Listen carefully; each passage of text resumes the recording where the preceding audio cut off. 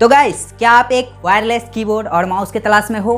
अरे हाँ भाई हाँ। तो बस रुको, ये देख सकते हो आप, दिख रहा है? हाँ दिख रहा होगा, डेल का, ठीक है, डेल का देख सकते हो, वायरलेस कीबोर्ड है और इसका जो मॉडल नंबर है MK117। क्या बोला तूने?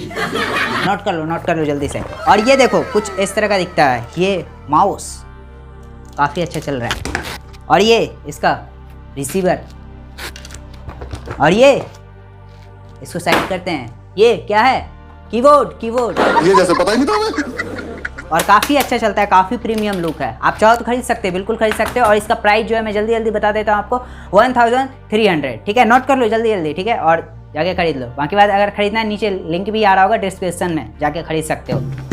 गाड़ी स्टार्ट कर। तो अगर आपको वीडियो अच्छा लगा हो तो चैनल को सब्सक्राइब कर लेना जल्दी से।